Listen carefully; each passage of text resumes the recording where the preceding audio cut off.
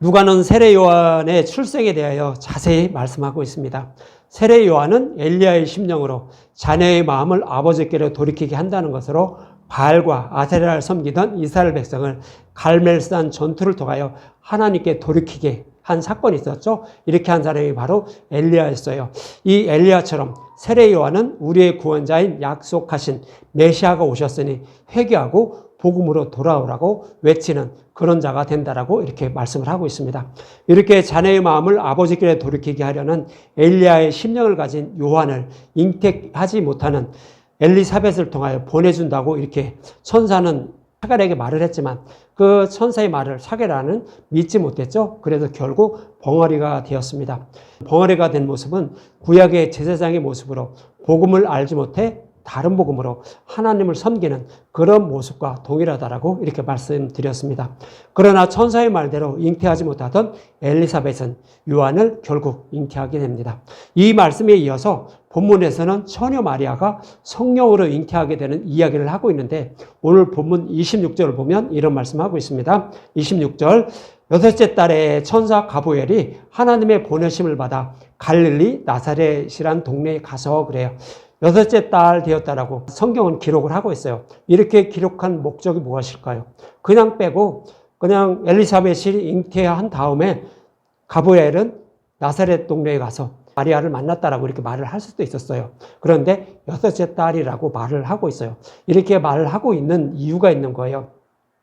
누가는 마리아의 몸에 성령으로 잉태되어 예수님이 오시는 모습을 기록하고 있는데 세례 요한이 잉태하고 여섯째 딸이 되었다라고 이렇게 말합니다. 이 말씀은 율법에 갇혀 있는 자신의 백성을 구원하기 위하여 여섯째 날에 십자가에서 죽으시고 여덟째 날에 부활하신 복음으로 죄인을 구원하기 위하여 예수님이 오셨음을 이렇게 모형으로 말씀을 하고 있는 거예요. 그래서 이 말씀을 잘 설명하고 있는 것이 출애굽기 16장이었죠. 광야에 도착한 이스라엘 백성에게 만나를 주시는 말씀을 통하여 이 여섯째 달, 여섯째 날 이 의미가 무엇인지 잘 설명을 하고 있었어요. 출애굽기 16장 4절과 5절에 보면 그때 여호와께서 모세에게 이르시되 보라 내가 너희를 위하여 하늘에서 양식을 비같이 내리리니 백성이 나가서 일용할 것을 날마다 거둘 것이라. 이같이 하여 그들이 내 율법을 준행하나 준행하지 아니하나 내가 시험하리라. 여섯째 날에는 그들이 그 거둔 것을 준비할지니 날마다 거둔 것에 갑절이 되리라 이렇게 말해요. 이 얘기는 뭐냐면 이스라엘 백성들이 광야에 도착해 있는데 그들이 먹어야 살겠죠. 먹어야 살으니까 하나님은 그들에게 생명의 양식으로 만나를 내려줘요. 매일같이 내려줘요. 그런데 여섯째 날까지는요. 매일 그 자기가 먹을 것만 거두는 거예요. 그 이상 거두어서 다음 날까지 먹으려고 남겨두면 그것은 냄새가 나고 썩어서 벌레가 생긴다고 하죠. 그래서 먹지 못하게 돼요. 그런데 여섯째 날에 거둔 거는요. 일곱째 날에 먹어도 아무 이상이 없다는 거예요. 그래 이 말씀은 뭐라고 말씀드렸어요? 여섯째 날까지는 율법을 상징하는 거예요. 율법 시대에는 그 진리의 말씀이 아니라는 거예요. 장차 오실 예수님이 어떻게 자신들을 구원해 주실 것인지를 모형으로 그려주고 있는 것이 율법이에요. 그래서 그 예수님이 오실 때까지만 예수님이 오심을 소망하면서 먹게 하기 위해서 준 것이 율법이라는 거예요. 그러나 그것을 다음 날까지 먹으려고 남겨두면 예수님이 오신 다음에도 그걸 먹으려고 하면 먹지 못하는 거라는 거예요. 그래서 벌레가 생기고 냄새가 나서 먹지 못한다는 거죠. 그래서 여섯째 날까지 거두는 만나는 율법을 상징하는 거예요. 그렇지만 예수님이 이제 여섯째 날에 오셔서 십자가에 죽으시고 부활하심으로 율법을 복음으로 바꿔주는 거예요. 이 복음의 말씀은요. 내일도 되고 모레도 되고 상관없어요. 언제나 먹어도 돼요. 그러니까 썩지 않는다라고 이렇게 말씀하고 있는 거예요. 그래서 16장에서는 여섯째 날까지 먹는 것은 율법이요. 그 이후에 여섯째 날에 율법을 복으로 바꿔준 거 그것은 일곱째 날까지 먹어도 이상이 없다라고 이렇게 말씀하고 있는 거예요. 그래서 이러한 의미로 출애굽기 16장 26절은 이렇게 말씀을 하고 있어요. 26절에 보면 여세 동안은 너희가 그것을 거두되 일곱째 날은 안식일인즉 그 날에는 없으리라 하였으나 그러죠. 이 얘기는 뭐냐면 여섯째 날까지는 매일같이 만나를 내려주셔서 그날 먹을 것을 거두어 먹게 했어요. 그리고 나서 일곱째 날에는요. 이 예수님 오셔서 율법을 복음으로 바꿔준 거 이것만 먹어야 돼요. 다른 거 먹으면은 썩고 냄새가 나서 못 먹는 거예요. 배탈이 나는 거예요. 무슨 얘기냐면 복음 시대에도 이 율법으로 하나님을 섬기면 구원받지 못한다는 거예요. 이 율법은 다른 복음이라는 거예요. 그래서 그 일곱째 날에는 복음 시대를 말하는 거예요. 예수님 오셔서 십자가에서 죽으시고 부활하신 다음. 이때는 오직 복음의 말씀을 먹으라는 거예요. 그래서 이틀 양식을 너에게 주었으니까 처소에서 나오지 말라는 거예요. 아무 일도 하지 말라라고 이렇게 말하는 거예요. 그래서 안식일에 아무 일도 하지 말고 처소에서도 나오지 말라는 얘기는 뭐예요? 율법 행위로 구원받으려고 하는 거 하지 말라는 얘기예요. 단지 뭐만 먹어야 된다? 복음의 말씀만 먹어야 된다는 그런 의미로 말씀을 하고 있는 거예요. 이처럼 만나를 거두는 말씀을 통하여 말씀해 주신 것처럼 율법으로 하나님을 섬기고 있는 것을 십자가를 통하여 그치게 하고 복음으로 구원해 주시려고 약속하신 메시아가 오셨다는 뜻으로 오늘 본문에서는 세례 요한이 잉태하고 여섯째 달이 되었다라고 하는 거예요. 여섯째 달까지만 율법으로 하나님 섬기고 그 다음에는 누가 오시는 거예요? 약속하신 메시아가 오는 거예요. 그래서 율법을 복음으로 바꿔주기 위해서 누가 오신다? 예수님 오신다는 거예요. 그래서 누가복음에서 세례 요한을 잉태하고 여섯째 달이 되었다라고 그러는 거예요. 이제 여섯째 달이 되면 뭐죠? 율법 시대는 끝나는 거예요. 그리고 이제 복음 시대가 될 것임을 이렇게 모형으로 그림자로 이렇게 그려주고 있는 것입니다. 이 일을 이루려고 오시는 분이 바로 다윗의 자손 예수임을 오늘 본문 27절에 이렇게 말씀하고 있어요. 27절에 보면 다윗의 자손 요셉이라 하는 사람과 약혼한 처녀에게 이르니 그 처녀의 이름은 마리아라 그래요. 여기서 그냥 다윗의 자손 요셉을 빼고요. 약혼한 처녀 마리아라고만 했어도 돼요. 근데 여기서 다윗의 자손 요셉이라 하는 사람과 이렇게 말해요. 다윗을 빼고 요셉과 약혼한 이렇게 얘기해도 되는데 다윗의 자손이라고 다윗을 갖다 딱 붙여버려요. 이 얘기는 어떤 의미를 담고 있는 거예요. 이것은 뭐냐면 다윗의 후손으로 메시아가 오셔서 구원해 주신다라고 이렇게 구약에서는 약속을 하고 있었어요. 다윗의 후손으로 메시아가 오셔서 우리를 어떻게 구원하실 것인지를 구약에서 약속하고 있는데 그 약속의 말씀을 이루어 주시려고 누가 온다?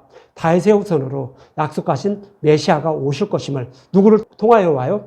처녀 마리아를 통하여 예수님이 오실 것임을 이렇게 말씀을 하고 있는 거예요. 그럼 다윗이가 어떻게 언약을 했는지 여러 번 말씀드렸는데 다시 한번 말씀드릴게요. 이 얘기는 사무엘하죠. 사무엘하 7장 8절과 10절 여기서부터 볼까요? 그 뒤에도 훑어볼 건데 사무엘하 7장 8에서 10절을 먼저 볼게요. 그러므로 이제 내 종 다윗에게 이와 같이 말하라. 만군의 여호와께서 이와 같이 말씀하시기를 내가 너를 목장 곧 양을 따르는 데서 데려다가 내 백성 이스라엘의 주권자를 삼고 이렇게 말하죠. 정말로 다윗은요 막내로 태어났어요. 그랬는데 막내가 이제 그 아버지의 양을 대신 치고 있었어요. 그런데 그를 데려다가 이스라엘을 다스리는 왕으로 하나님이 삼아주셨어요. 기름을 부어서 이스라엘을 다스리는 왕으로 삼아주셨어요. 그 얘기를 하고 있는 거예요. 그러면서 9절에 보면 내가 가는 모든 곳에서 내가 너와 함께 있어 내 모든 원수를 내 앞에서 멸하셨은즉 땅에서 위대한 자들의 이름같이 내 이름을 위대하게 만들어 주리라 그러죠. 그래서 다윗은요 대적들과 싸울 때마다 다 승리했어요. 그런데 누가 그렇게 승리하게 해주셨다고요? 이렇게 여호와 하나님이 그렇게 승리하게 해주셨다라고 이렇게 말을 하고 있는 거예요. 그래서 내 이름을 위대하기 위해서 네 이름을 높여주기 위해서 이렇게 하나님이 만들어주셨다는 거예요. 그러면서 10절에 내가 또 내 백성 이스라엘을 위하여 한 곳을 정하여 그를 심고 그를 거주하게 하고 다시 옮기지 못하게 하며 악한 종류로 전과 같이 그들을 해하지 못하게 하며 이렇게 말해요. 그래서 다윗이 다스리는 그 백성들을 그 누구도 그를 해치지 못하게 한다는 거예요. 이웃 나라들이 와서 아무리 침범을 한다고 해도 해치지 못하게 다 물리치게 한다는 거예요. 이런 다윗의 모습은 어떤 모습을 그리고 있는 거예요? 하나님의 양들, 저와 여러분들 하나님의 양들이에요. 저와 여러분들을 구원하시기 위해서 양을 치고 있었던 분이 바로 다윗의 후손으로 오실 예수님이었어요.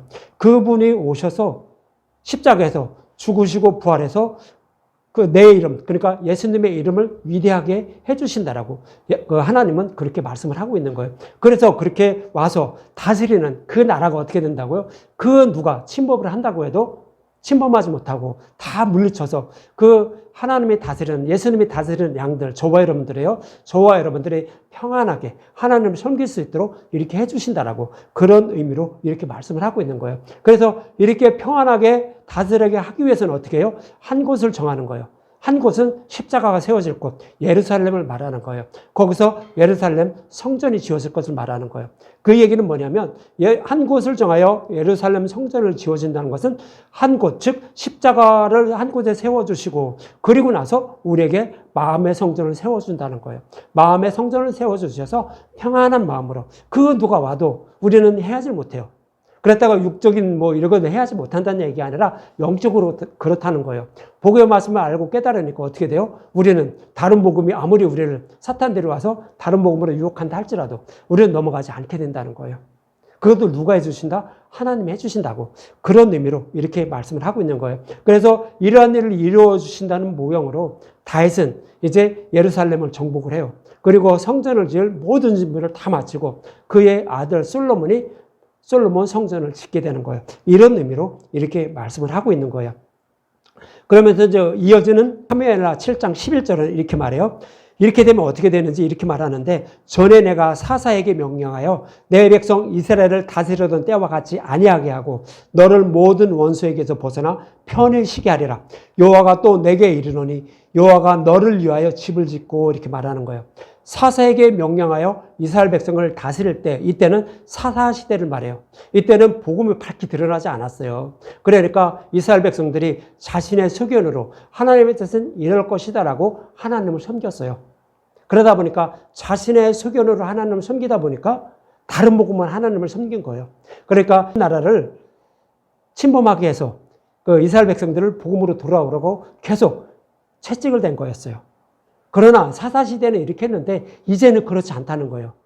사사시대는요, 복음을 알지 못했기 때문에 자신의 소견으로 하나님을 섬겼지만 이제 다윗이 죽고 솔로몬 성전이 짓게 되면 어떻게 돼요? 이 모습은 뭐라고 말씀드렸어요? 예수님 십자가에서 죽으시고 부활하신 다음에 저와 여러분들에게 성령이 오셔서 마음의 성전을 세우시는 그런 모습을 신약시대를 이렇게 상징적으로 표현하고 있는 거예요. 이 시대가 되면 어떻게 되죠? 성령이 오시면 우리를 진리의 길로 인도해 주셔서 하나님의 뜻이 무엇인지 잘 알고 깨닫게 해서 영과 진리로 예배를 드리게 돼요. 하나님이 원하는 그런 합한 그런 예배를 하나님께 드리게 돼요. 그렇게 되면 어떻게 되죠? 하나님은 대적들의 손에 우리를 넘기실까요? 아니 우리가 다른 복음을 따르면 대적 손에 넘겨서 채찍을 내서 여호와께로 돌아오라고 이렇게 하시지만 이제 진리의 말씀을 하나님 섬기게 되면 그런 시대는 끝난다는 거예요. 그래서 사사 시대와 같지 않고 이제는 다르다는 거예요. 아무리 저기를 한다고 할지라도 대적들이 쳐들어온다 할지라도 다 막아주시고 우리가 평안한 마음으로 하나님께 예배를 드릴 수 있도록 하게 한다는 거예요. 그래서 편히 쉬게 한다라고 이렇게 말하는 거예요. 그런데 어떻게 편히 쉬게 해요? 여호와가 너를 위하여 집을 짓는다는 거예요. 너를 위하여 집을 짓는다는 것은 뭐예요? 다윗은 하나님의 개가 집도 없이 저렇게 바깥에서 천막에서 저렇게 계시는 거 이거 눈 뜨고 보지 못하니까 자기가 하나님이 거할 처소를 짓는다고 했던 거예요. 그러니까 네가 짓는 거 내가 거기 가서 살겠냐? 내가 너를 위해서 내가 집을 질 거야 이렇게 한 거예요. 그래서 너를 위하여 여호와께서 집을 짓는다는 것은 예수님이 죽으시고 부활하여 성령이 오셔서 마음의 성전을 세워질 것을 모형으로 솔로몬이 이제 솔로몬 성전을 짓는 그런 모습으로 이렇게 말씀을 하고 있는 거예요. 이렇게 성령을 보내주셔서 마음의 성전을 세워주시는 것, 이것을 이제 이어지는 12절과 13절에 이렇게 말씀하고 있는 거예요. 내 수완이 차서 내 조상들과 함께 누울 때, 그러니까 다윗이 죽을 때라는 것은 예수님 십자가에서 죽으시고 부활하시는 것을 말하는 거예요. 그럴 때 내가 내 몸에서 내 씨를 내 뒤에 세워 그 나라를 견고하게 하리라. 이 말씀대로 다윗이 죽고요. 솔로몬이 왕이 돼요. 다윗의 씨로 솔로몬이 왕이 돼서 그 나라는 다른 나라들이 침범해서 다 물리쳐 주시며 그 백성들이 평안하게 하나님을 섬겼다라고 이렇게 말씀을 하고 있어요. 그래서 그 나라가 견고하게 된다라고 이렇게 말씀하고 있는 거예요. 그러면서 그는 내 이름을 위하여 집을 건축할 것이요 나는 그의 나라 왕위를 영원히 견고하게 하리라 그러는 거예요. 조금 전에도 말씀드렸지만 다윗이 죽고 그리고 솔로몬 성전을 짓게 한다라고 이렇게 말하죠. 그래서 그 나라는 영원히 견고하게 한다라고 이렇게 말씀하고 있는데 이것은 모형이에요. 예수님이 십자가에서 죽으시고 부활하신 다음에 성령이 오셔서 마음의 성전을 세워주면 그 나라, 마음의 성전을 세워주셔서 구원해 주신 저와 여러분을 다스리는 그 나라는 영원히 견고하게 한다는 거예요. 사탄들이 아무리 다른 복음을 전해도 다른 복음을 끌어들이려고 한다고 할지라도 우리는 넘어가지 않고 우리는 평안한 마음으로 하나님을 섬기며 이렇게 하나님 나라까지 안전하게 우리를 인도해 주실 것임을 이렇게 말씀을 하고 있는 거예요. 그래서 그 나라는 영원히 견고하게 될 것임을 이렇게 말씀을 하고 있는 것입니다. 이렇게 성령이 오셔서 마음의 성전을 세워주시고 복음을 깨달아 믿게 되면 우리는 어떻게 되는지 이어지는 14절과 15절에 이렇게 말씀하고 있는 거예요. 나는 그에게 아버지가 되고 그는 내게 아들이 되리니 그가 만일 죄를 범하면 내가 사람의 매와 인생의 채찍으로 징계하려니와 내가 내 앞에서 물러나게 한 사울에게서 내 은총을 빼앗은 것처럼 그에게서 빼앗지 아니하리라 그러죠. 육신의 자녀들도요, 자기가 낳은 아들은, 자녀들은 아무리 악한 일이라고 죄를 범한다 할지라도 채찍은 가하죠. 매는 가하지만 그것을 호적에서 파서 너는 내 아들 아니야 라고 버리질 않아요. 설령 버린다 할지라도 하나님은 절대로 버리지 않는다는 거예요. 어떤 사람? 성령 오셔서 복음의 말씀을 깨달아 믿어서 하나님의 아들로 삼아주신 사람, 이 사람은 절대로 아무리 우리가 죄를 범한다 할지라도 매는 가할 수 있지만, 그렇다고 다 매를 가하는 건 아니에요. 매를 가할 수는 있지만 그렇다라고 해서 그는 구원에서 취소되지 않는다라고 이렇게 말씀을 하고 있는 거예요. 그래서 성령이 오시게 되므로 우리는 하나님이 어떤 분인지 알고 깨닫게 돼서 우리는 믿음에 이르게 구원을 받는 거예요. 다윗에게서 이렇게 언약을 한 거예요. 이렇게 해서 구원받은 사람은 절대로 버리지 않고 반드시 구원해 주신다라고 말하는 거예요. 그래서 다윗은요, 이렇게 약속하신 다음에 살인과 간음죄까지 범했어요. 그럼에도 불구하고 하나님은 그에게 채찍은 가했지만 구원은 취소되지 않았다라고 성경은 그렇게 모형을 그려주고 있는 거예요. 그래서 우리는 어떻게 구원받아요? 복음의 말씀을 들을 때 누룩이 있는 거 저기 하면 성령 오시지 않아요. 누룩이 있는 말씀을 듣고 저기 하는 사람은요, 하나님이 택함을 받지 못한 사람이에요. 그래서 누룩이 없는 복음의 말씀을 듣고 있는 거예요. 그러나 누룩이 없는 복음의 말씀을 듣고 하나님을 섬기는 사람들은 하나님이 택한 사람들이에요. 그런 사람들에게는 성령이 오셔서 진리의 길로 인도해 주셔서 믿음을 자라게 해서 하나님의 자녀로 삼아주시는 거예요. 그래서 성경은 계속 누룩이 없는 복음의 말씀만 들어야 한다라고, 또 말씀 전도자도 누룩이 없는 복음의 말씀만 전해야 된다라고 계속 이렇게 반복해서 말씀을 하고 있는 거예요. 그런 사람은 아무리 죄를 범한다 할지라도 구원은 취소되지 않고 반드시 구원해 주실 것을 이렇게 다윗 언약을 통하여서도 또 신약에서도 계속 이렇게 말씀을 하고 있는 것입니다. 이 말씀을 사도 바울은요, 로마서 8장에서도 또 이렇게 말씀을 하고 있었어요. 로마서 8장 1절과 2절에 보면 사도 바울은 이렇게 말씀하고 있었어요. 그러므로 이제 그리스도 예수 안에 있는 자에게는 결코 정죄함이 없나니. 그리스도 예수 안에 있는 자라는 것은 무슨 얘기예요? 성령이 오셔서 마음의 성전을 세워주시고 복음을 깨달아 믿은 자예요. 이가 그리스도 안에 있는 자예요. 이런 사람은 결코 정죄함이 없다라고요. 구원이 취소되지 않는다라고 말하는 거예요. 정죄함을 받지 않는다, 구원에 취소되지 않는다, 지옥불에 던지지 않는다는 얘기예요. 그러면서 2절, 이는 그리스도 예수 안에 있는 생명의 성령의 법이 죄와 사망의 법에서 너를 해방하였습니다. 성령이 오셔서 마음의 성전을 세워주셔서 우리는 죄에 대한 그 처벌을 받지 않는다는 거예요. 거기서 해방되었다라고 이렇게 말씀을 하고 있는 거예요. 그래서 성령이 오셔서 생명의 말씀을 깨달아 믿게 하심으로 그리스도 안에 있는 자들이 되어 아무리 죄를 범해도 결코 정죄함을 받지 않게 되었다라고 이렇게 말하는 거예요. 그래서 이 말씀의 흐름은 뭐냐면 로마서 7장에서는 사도 바울은 하나님을 자신도 섬기고 있어요. 복음의 말씀을 믿고 있어요. 그런데 그 율법에 따라서 하나님을 섬기면서 이제 죄를 범하지 않으려고 힘쓰고 애쓴다는 거예요. 그렇게 힘쓰고 애쓰면서 살아가는 사도 바울에게도요, 자신도 모르게 나도 모르게 죄를 범한다는 거예요. 그것을 자기의 눈으로 지켜보고 있다는 거예요. 그래서 율법에 의하면 그렇게 죄를 범하면 지옥불에 들어갈 수밖에 없어요. 그래서 오라 나는 곤고한 사람이로다라고 하면서 누가 이러한 사망의 몸에서 나를 건져줄까라고 이렇게 외쳤던 사도 바울이었어요. 그것이 로마서 7장의 말씀이에요. 그런데 그럼에도 불구하고 나는 결코 정죄함을 받지 않는다라고 로마서 8장에서 이렇게 말씀을 하고 있는 그런 문맥이에요. 그래서 사도 바울처럼 복음의 말씀을 믿고 깨달은 자는 아무리 죄를 범한다고 할지라도 결코 정죄함을 받지 않음을 로마서 7장과 8장을 통해서 사도 바울은 이렇게 말씀을 하고 있는 거예요. 그러면서 로마서 8장 14절과 15절에는 이렇게 말씀하고 있어요. 무릇 하나님의 영으로 인도함을 받은 사람은 곧 하나님의 아들이라. 하나님의 영은 복음의 말씀을 성령에 오셔서 진리의 길로 인도해 주시는 거예요. 그런 사람은 하나님의 아들이라고요. 그러면서 15절 너희는 다시 무서워하는 종의 영을 받지 아니하고 양자의 영을 받았으므로 우리가 아빠 아버지라 부르짖느니라 그러죠. 여기서 무서워하는 종의 영은 뭐예요? 우리를 지배하고 있는 사탄이에요. 우리를 지배하고 있는 사탄, 눈으로 보이지 않아요. 이것은 뭐냐면 내 마음, 육적인 마음으로 이것이 옳다라고 내 생각대로 하나님을 섬기며 살아가는 것, 그리고 하나님을 섬기지 않고 살아가는 것, 이것이 무서워하는 종의 영이에요. 그러니까 율법의 행위로 자신의 소견으로 하나님을 섬기는 것, 이것이 무서워하는 종의 영이에요.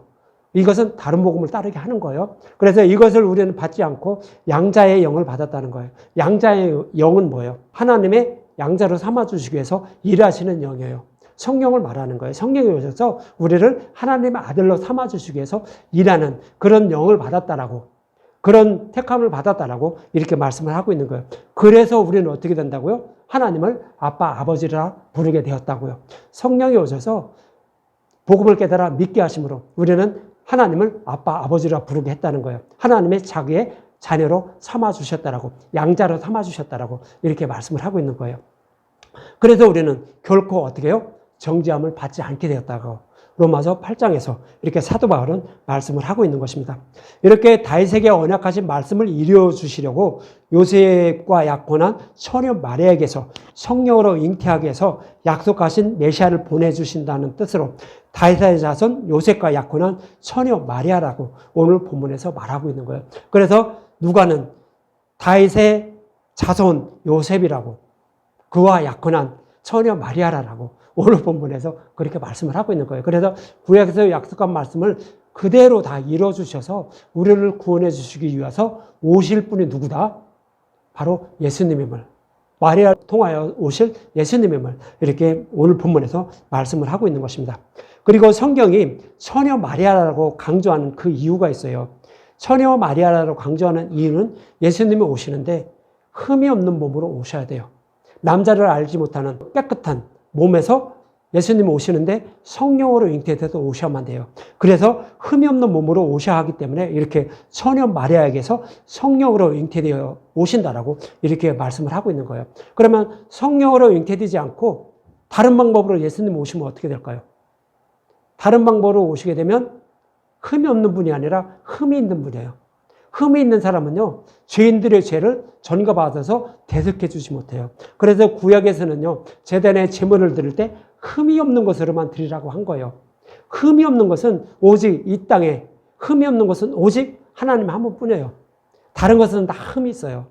그렇기 때문에 처녀 마리아의 몸에 성령으로 잉태돼서 오셔야만 하는 거예요.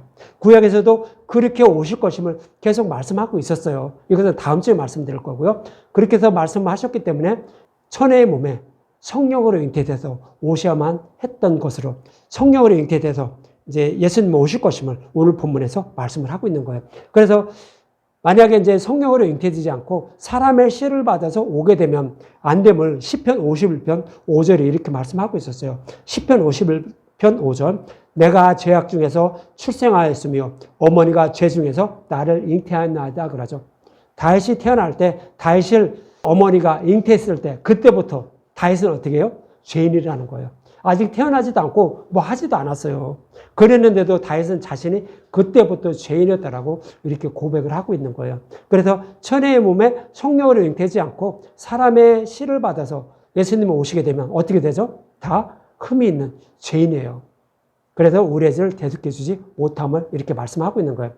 그러면서 오늘 본문 28절과 30절에 이렇게 말씀하고 있어요. 그에게 들어가 이르되 은혜를 받은 자여 평안할지어다 주께서 너와 함께 하시도다 하니 처녀가 그 말을 듣고 놀라 이런 인사가 어찌민가 생각하며 천사가 이르되 마리아여 무서워하지 말라 내가 하나님께 은혜를 입었느니라 이렇게 말해요.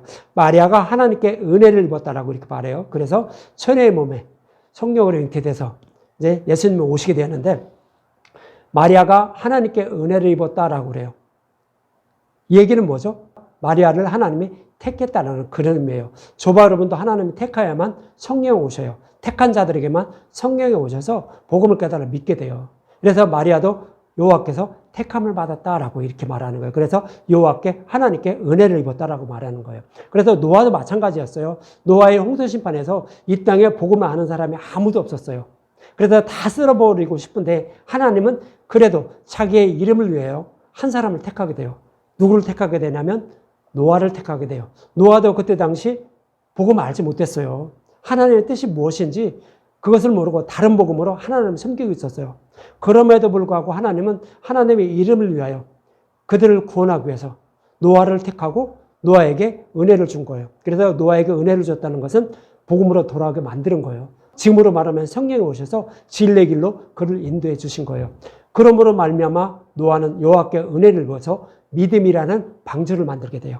믿음이라는 방주를 만들게 돼서 방주 안에 들어가서 믿음 안에 속해서 그는 홍수 심판에서도 구원을 받게 된 거예요. 노아처럼 이렇게 마리아도 은혜를 입었다라고 이렇게 말씀을 하고 있는 거예요. 저와 여러분들도 하나님이 택하셔서 하나님께 은혜를 입어야만 복음의 말씀을 들어요. 복음의 말씀을 들어도 싫지 않고 듣고 계신 것이 뭐예요? 여호와께 은혜를 입은 거예요. 그리고 나서 이제 그렇게 은혜를 입음으로 성령이 오셔서 우리를 진리의 길로 인도해 주셔서 우리를 구원해 주시는 거예요. 그래서 저와 여러분들이 구원을 받게 되는 거예요. 그래서 마리아는 여호와께 은혜를 입었다라고 그 천사 가브리엘은 그렇게 마리아에게 말을 하고 있는 것입니다. 그럼 이어지는 본문 31절과 32절은 이렇게 말해요. 보라 내가 잉태하여 아들을 낳으리니 그 이름을 예수라 하라. 그가 큰 자가 되고 지극히 높으신 이의 아들이라 일컬어질 것이요. 주 하나님께서 그 조상 다윗의 왕위를 그에게 주리니 그래요. 예수라 하라는 것은 우리의 구원자라는 그런 뜻이요. 그래서 예수라 하라 이렇게 말하는 거예요. 그래서 예수라는 이름은 우리의 구원자, 메시아라는 이런 의미를 담고 있어요. 그러면서 다윗의 왕위를 그에게 준다라고 그래요. 다윗의 왕위를 그에게 준다는 것은 다윗에게 약속한 말씀을 이루어 주셔서 우리를 구원해 주시기 위하여 오시는 분이 누구라고요? 마리아를 통하여 오시는 그 예수님임을, 구원자 예수님임을 이렇게 말씀을 하고 있는 거예요. 이런 의미에서 다윗의 왕위를 그에게 준다라고 이렇게 말씀을 하고 있는 거예요. 이 얘기는 또 말씀 안 드릴게요. 좀 전에 말씀드렸기 때문에 말씀 안 드리고요. 이어지는 본문 33절을 볼게요. 33절에 보면 영원히 야곱의 집을 왕으로 다스릴 것이며 그 나라가 무궁하리라 그래요. 좀 전에는 다윗의 집이라고 그래요. 다윗의 왕위를 그에게 준다라고 하고 지금은 야곱의 집이라고 이렇게 말해요. 야곱의 집. 야곱이나 다윗에게나 똑같은 하나님이 언약을 하셨어요. 물론 똑같은 언약을 하셨는데 이제 야곱에게는 다윗보다는 자세하게 설명하지 않았어요. 그리고 다윗에게는 야곱보다 더 자세하게 우리를 어떻게 구원해 줄 것인지를 그것을 자세하게 설명한 거예요. 그래서 또 여기서는 야곱의 집을 왕으로 다스릴 것이라고 이렇게 말해요. 그래서 야곱의 집은요, 야곱이 누구를 낳았죠? 하나님 백성을 상징하는 12아들을 낳게 돼요. 12아들의 생명을 어떻게 구원해 주시는지 그것을 한번 다시 생각해 보라는 거예요.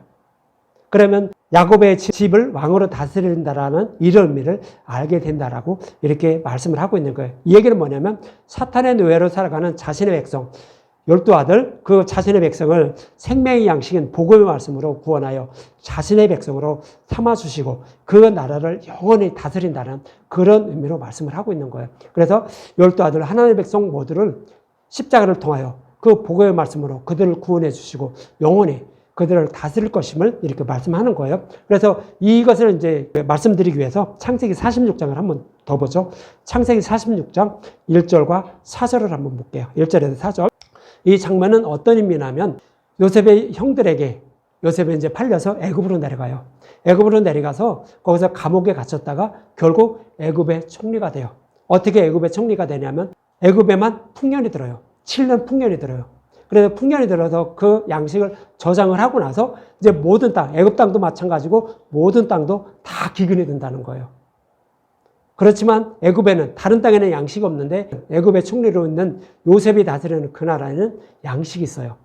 그래서 그 요셉에게로 가야 우리는 그 생명의 양식을 먹고 생명을 살릴 수 있는 그런 모습으로 그려주고 있는 거예요. 이 요셉은 누구냐면 야곱의 후손으로 오실, 다윗의 후손으로 오실 예수님이 십자가에서 죽으시고 부활하여 만왕의 왕이 돼서 생명의 양식으로, 생명의 양식은 복음의 말씀이에요. 복음의 말씀으로 우리를 어떻게 구원해 줄 것인지를 모형으로 그려주고 있는 것이 요셉이 애굽의 총리로 있는 그런 모습으로 이렇게 말씀을 하고 있는 거예요. 그래서 이제 요셉은 풍년 시대에 양식을 쌓아놓고 애굽의 총리로 있는데 그의 아들이 이제 애굽에 가서 그 양식을 사왔죠. 그런데 이 양식이 떨어지고 이제 2번까지 그랬는데 그리고 나서 자기가 누군지 밝혀요. 그러니까 요셉이라고 밝혀요. 그리고 돌아가서 아버지하고 다 가족들을 데리고 나에게 오소서. 그러면 내가 그들의 생명을 살려줄 것입니다. 라고 요셉은 그 형들에게 다 아버지 어머니 다 데리고 가족을 데리고 오라고 이렇게 얘기를 해요. 그러자 이제 그 야곱은 다 가족을 데리고 이제 애굽으로 내려가는 그런 모습을 그려주고 있는 거예요. 그래서 46장 1절을 한번 볼게요. 1절에 보면 이스라엘이 야곱을 말하는 거예요. 이스라엘이라는 것은 12지파. 그러니까 하나님의 백성 모두를 상징적으로 표현하고 있는 거예요. 그래서 이스라엘이 모든 세월을 끌고 떠나 부엘세바에 이르러 그의 아버지 이삭의 하나님께 희생제사를 드리니 그러죠. 여기서 부엘세바라고 해요. 여러분들 부엘세바가 어떤 뜻이에요? 부엘이라는 것은 영원히 목마르지 않는 생명수를 주셔서 우리를 구원하신다라고 약속한 거예요. 하나님의 이름을 걸고 약속한 것이 부엘세바예요. 이 얘기는 뭐예요? 복음의 말씀으로 우리를 구원하신다라고 하나님이 약속했어요. 그래서 약속의 말씀을 꼭 붙잡고 살아가는 자들이 누구예요? 누구에게 약속을 하셨냐면 아브라함과 이삭에게 약속을 했어요. 부엘세바 언약이에요. 그것이 아브라함과 이삭에게 약속했는데 그 약속의 말씀만 꼭 붙잡고 살아간 것이 바로 하나님의 백성, 야곱의 자손들, 야곱의 집이에요. 그런 사람들이 그것만 꼭 붙잡고 살아갔는데 애굽으로 내려가라니까 깜짝 놀라는 거죠. 부엘세바를 떠나야 되는 거예요. 그러니까 야곱은 내가 여기를 떠나서 애굽으로 내려가는 것이 하나님의 뜻인지 여쭤보는 거예요. 그것이 부엘세바에서 희생제사를 드리는 모습이에요. 그랬더니 2절에 이렇게 말하죠. 그 밤에 하나님이 이상 중에 이스라엘에게 나타나 이르시되 야곱아 야곱아 하시는지라 야곱이 이르되 내가 여기 있나이다 하며 하나님이 이르시되 나는 하나님이라 내 아버지 하나님이니 내 아버지 하나님이라는 것은 뭐예요? 아브라함과 이삭과 약속한 말씀, 그 약속한 말씀을 이루어 주시고 계신 하나님이라는 뜻이에요. 그래서 내 아버지 하나님이라고 이렇게 말하는 거예요. 그러면서 애굽으로 내려가기를 두려워하지 말라. 내가 거기서 너로 큰 민족을 이루게 하리라 그러죠. 애굽으로 내려가는 것을 두려워하지 말라는 거예요. 여기서 애굽은 뭐예요? 그냥 보통 애굽은 세상, 복음을 떠나는 것을 말해요. 그런데 지금 애굽에는 어떤 상황이죠? 요셉이 양식을 싸놓고 기다리고 있어요. 이 얘기는 예수님이 십자가를 통하여 생명의 양식, 율법을 복음으로 바꿔놓고 우리를 기다리고 있다고요. 거기가 어디예요? 애굽이에요. 여기서 애굽이지만 여기서는 뭐예요? 예수님이 다스리는 나라, 요셉이 다스리는 나라, 그 나라에 이렇게 가라라고, 그러니까 두려워하지 말라라고 이렇게 말씀을 하고 있는 거예요. 그러면서 4절에 내가 너와 함께 애굽으로 내려가겠고 반드시 너를 인도하여 다시 올라올 것이며 요셉이 그의 손으로 내 눈을 감기리라 하셨더라 그러죠. 그래서 하나님이 다스리는, 복음으로 다스리는 그 나라로 우리는 들어가야 되는 거예요. 그래도 우리는 다른 복음을 따르고 있던 우리는 어디로 가야 되는 거예요? 율법으로 하나님을 섬기고 있었는데 우리는 복음으로 하나님을 섬기기 위해서 복음으로 들어가야 되는 거예요. 이거 두려워하지 말라고요. 이 복음으로 들어와서 하나님을 섬기게 되면 반드시 우리를 어떻게 된다고요? 하나님 나라로 다시 인도해 주신다는 거예요. 반드시 인도해 주신다라고요. 이것을 누구에게 약속한 거예요? 야곱에게 약속한 거예요. 야곱에게 약속했던 것은 뭐예요? 야곱은 12지파 하나님 백성 모두를 상징한다고 그랬죠. 저와 여러분들에게 약속한 거예요. 그러니까 두려워하지 말고 그것으로 가라라고 이렇게 말씀하고 있는 거예요. 그래서 오늘 본문에서는 야곱의 왕위를 그에게 주어서 영원히 다스린다고 하죠. 야곱에게 약속한 이 약속의 말씀 반드시 이루어 주셔서 복음으로 구원해 주신다는 거 이거 반드시 이루어 주셔서 우리를 구원해 주신다고요. 누가? 마리아 통하여 오신 예수님이 그렇게 해서 구원해 주실 것임을 이렇게 말씀을 하고 있는 것입니다. 이처럼 다윗의 후손으로 오시는 예수님이 다윗에게 약속하신 말씀대로 복음으로 구원해 주어 하나님 나라를 기업으로 주시려고 오신다는 것이며 천혜의 몸에 성령으로 잉태되는 것은 흠이 없는 제물이 되기 위하여 죄 없는 몸으로 예수님이 오시게 됨을 이렇게 말씀하고 있는 거예요. 그래서 이렇게 오신 예수님이 야곱에게 약속하신 말씀대로 또 다윗에게 약속하신 말씀대로 그 약속의 말씀을 다 이루어 주셔서 우리를 반드시 구원해서 하나님 나라로 안전히 인도해 주신다라고 이렇게 오늘 본문에서 말씀을 하고 있는 것입니다. 이렇게 약속하신 말씀을 이루어 주시기 위하여 오신 분이 바로 예수님임을 누가는 오늘 본문에서 자세히 증거하고 있는 것입니다. 이렇게 다윗에게 약속한 말씀을 이루어 주셔서 저와 여러분을 구원해 주시고 있는 예수님이 어떤 분인지 복음의 말씀을 통하여 더 알아가는 저와 여러분들이 되셨으면 합니다.